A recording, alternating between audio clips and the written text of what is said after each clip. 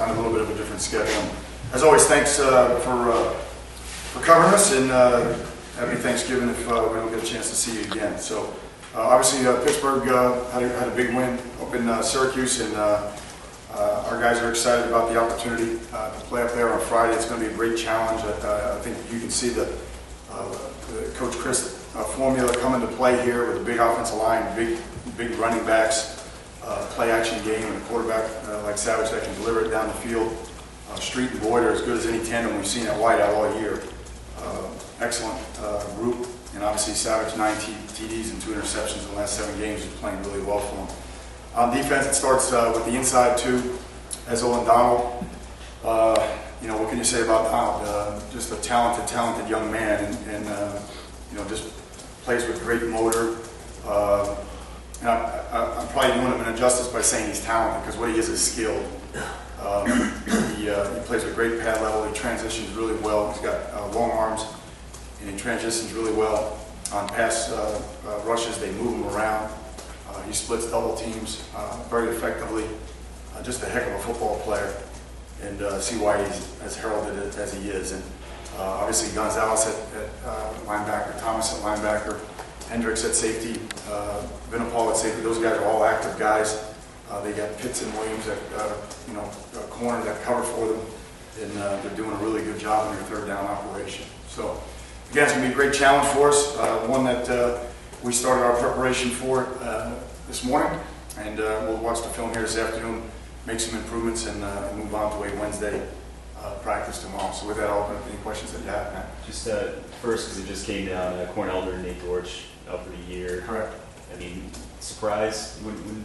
No, I told you it was significant after the game. I mean, you just know by the battery of tests that they're going through, but I'm always reluctant to say something because it's not communicated to their parents or siblings or whatever. I mean, it's just, you just don't know until they do the MRI and all those things. But disappointed for both of them because both of them were really starting to come on, and both would have benefited greatly from obviously the preparation moving forward. Also feel badly for Corner, because I know he was anxious to play basketball. So disappointed for him. He said it was a small tear in his meniscus. Is that true? I really can't. If the young man wants to share with you things that are his medical records, again, unless we are ready to release it, Chris, I don't want to really. I'm sorry. What was that question, Coach? Just to clarify, Corn's. If we could clarify, we'll release it to you guys. But other than that, I don't want to comment on it specifically. I'll check on it for you now. I'll let you know. Al, just wondering, it doesn't really say if they had surgery or if they're getting surgery? No? Getting. Hope with Dortch back for spring football? I mean, it's going to be a couple of months for both of them. I don't want to jump ahead. And again, when they do the surgery, again, I'm not a doctor, guys. I'm already answering too many questions about it. I'm not going to be right if I keep talking, but I just think the doctor's going to see where it's at, and hopefully what we believe it is what it is, and it'll be a couple-month injury for both of them. Since we believe you can talk about these kids now, the early enrollees. Yeah. What would Casey and Braxton? Yeah, I feel like I'm on the stand and taking the fifth. I'm trying to help you guys every way I can, but I can't comment on anybody until all the documentation is through our compliance and through the league office and all of those things. So that hasn't happened yet. No. But again, as soon as we get that, we'll release names, and I'll be able to comment on it. I guess big picture wise, Al, just the fact that kids can do that now, sort of sign that paper, does it mean more to you as a coach like that, and what's your reaction to it? I don't know. I think in a sense, we're almost circumventing something that we've all wanted for a long time, and that's an early signing date. Mm-hmm. So we're saying it's kind of there, but I would be in favor of an early signing date. But to some extent, it does allow that to transpire. But I would be in favor of an early signing date. I think fiscally, it's the right thing to do for all of us as institutions. We're going to save a lot of money. For instance, for us to fly to Texas to see a kid, for the next 6 weeks, that's committed to us. If he signs, then it clears up the pool for everybody that's a member institution, and obviously it saves, you know, the budget. So again, that's just my take on it. How early? I'm sorry? How early? The holidays, you know, that would be, in my opinion, it would be, you know, around the holidays, December, you know, 22nd to January 1, in that area.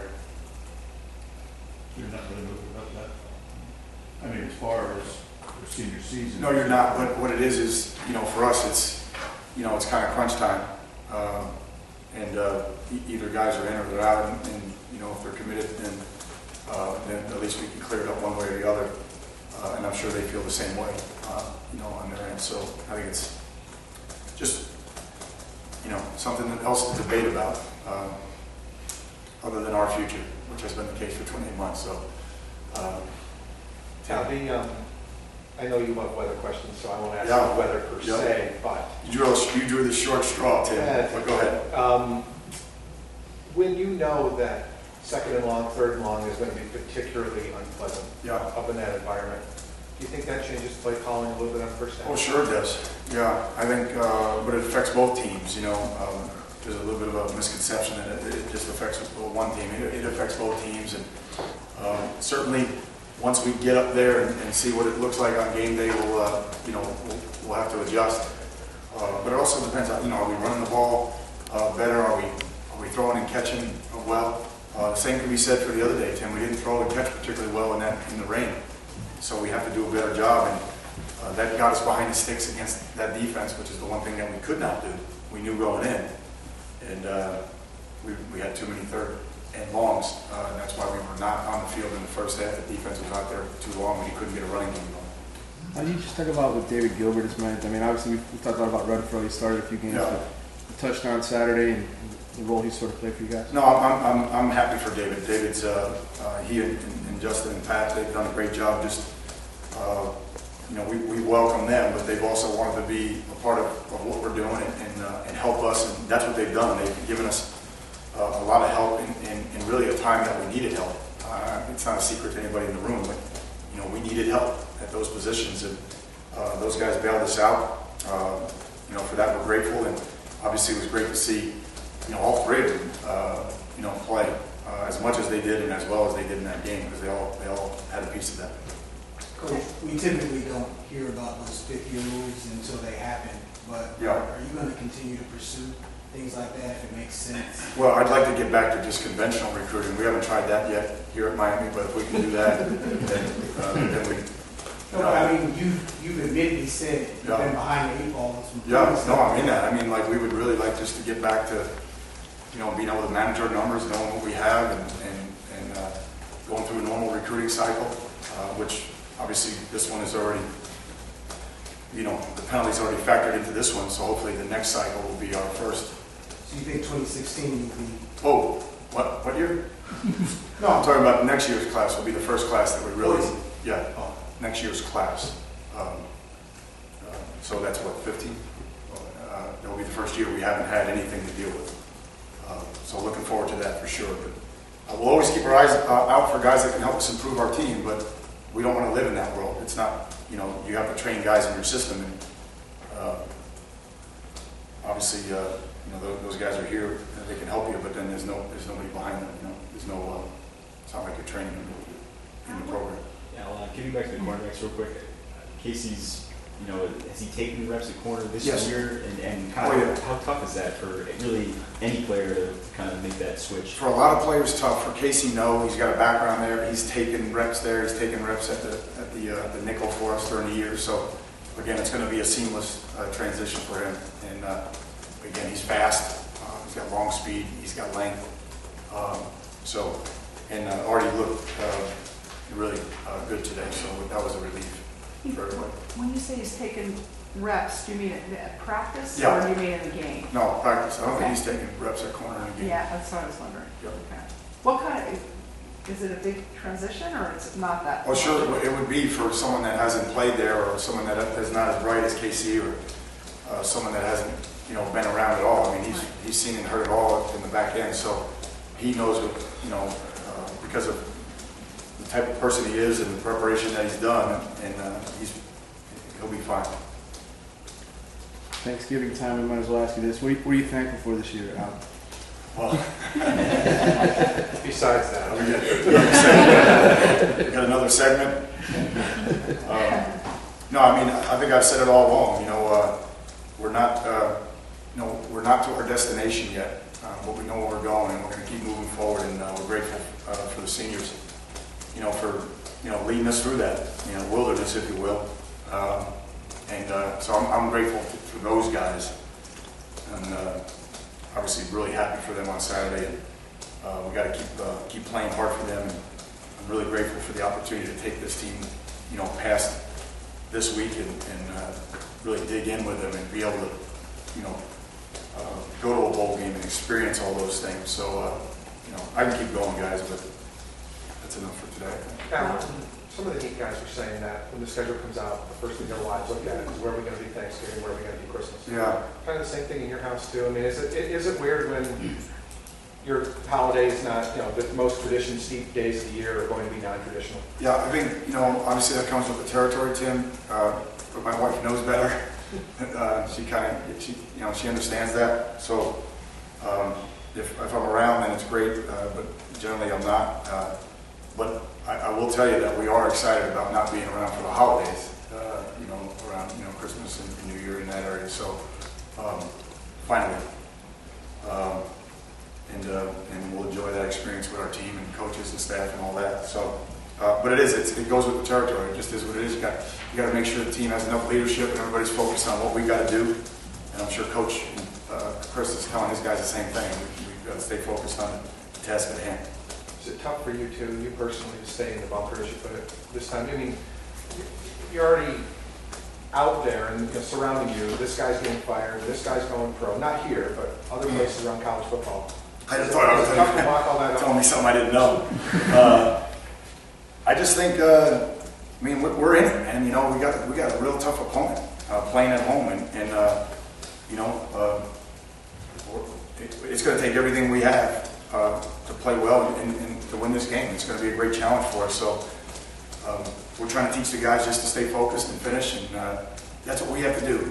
The rest of it is out of our hands right now. We just have to prepare and play well against Pitt, and then see where we go from there. But we're responsible for that, not the weather, not the holiday, all those things, and that's what we're looking at. See any difference in the attitude? Obviously last week coming off 3-12, now today coming off the win. How has that affected the team? Well, I keep saying that we're practicing well, we're practicing better. We had been practicing well, and the common theme in the last 2 weeks, not this past week, but prior to the losses, is we did not counterpunch very well. And in this game, when things went wrong, we counterpunched really well. We had red zone stops. We held them to field goals after a turnover. After the punt, I think we held them to a field goal. So after the punt return, so and that's just us getting back to playing football and understanding that you look at Pitt, man, Donald, Street, Boyd, these guys are good players. They're going to make plays, and it's up to us to respond and to any adversity that comes up in the game. And I thought we did that well, but certainly the guys are excited about the opportunity moving forward. I talked a little bit Darius a little bit yesterday, but has he been back around today? Oh yeah, no, he's around. Attitude? He's around. We're going to hold him this week, but he's around and he's got a great attitude. And again, everything is negative, so it's just a function of him getting his confidence back and feeling comfortable, and then also the doctors clearing him. So, but happy for him, and obviously a scare for all of us, but grateful about that as well. Knowing him, do you think that's going to come easy for him, that confidence? Yeah. No, he's a competitor. He's getting better. Darius is getting better. He's made a lot of explosive plays for us this year, and starting to learn, the little nuances of how to play that position and do it with confidence. And we're excited about Darius and wish him speedy recovery. I know you've talked a lot about Alan in the past couple of days, but Yeah. I wanted just to revisit just his work ethic and the example he sets for these guys. Just how much has his performance meant this year? A lot. I mean, obviously, that's how you build your program around guys like that. And a pitcher's worth 1,000 words. You know what I mean? I could sit up there and say, hey, this is what we got to do. It's about process, about preparation, it's about having a great attitude. It's about studying film. It's all that. Or I could just say, just watch him. That's really And it's as simple as that. And that young man works his tail off. Whatever talent God gave him, he honors it every day by the way he prepares, by the way he executes, by the way he practices, and he's cultivated. He's very skilled. He's a very skilled young man. He's done a great job with his hands. He's unselfish. Been a leader for us. Can't say enough about Alan Hearns. Coach, we talked a lot about tackling. Yep, How did you feel about it after? much better this past week. Much better, and most particularly the secondary. I thought Rayshawn Jenkins was much better tackling. I thought Tracy was much better tackling. I thought Antonio Crawford was much better tackling. And obviously they did get some long plays on it, some long runs, but the tackling and their ability to leverage plays and use their help was much better on the back end. And we got to continue to improve. We're not where we want to be yet. We got to continue. We got a lot of work to do. But we're going to keep coaching those guys. All three that I mentioned are sophomores. All right, thanks, Coach. Okay, guys, if I don't see you, have a great Thanksgiving.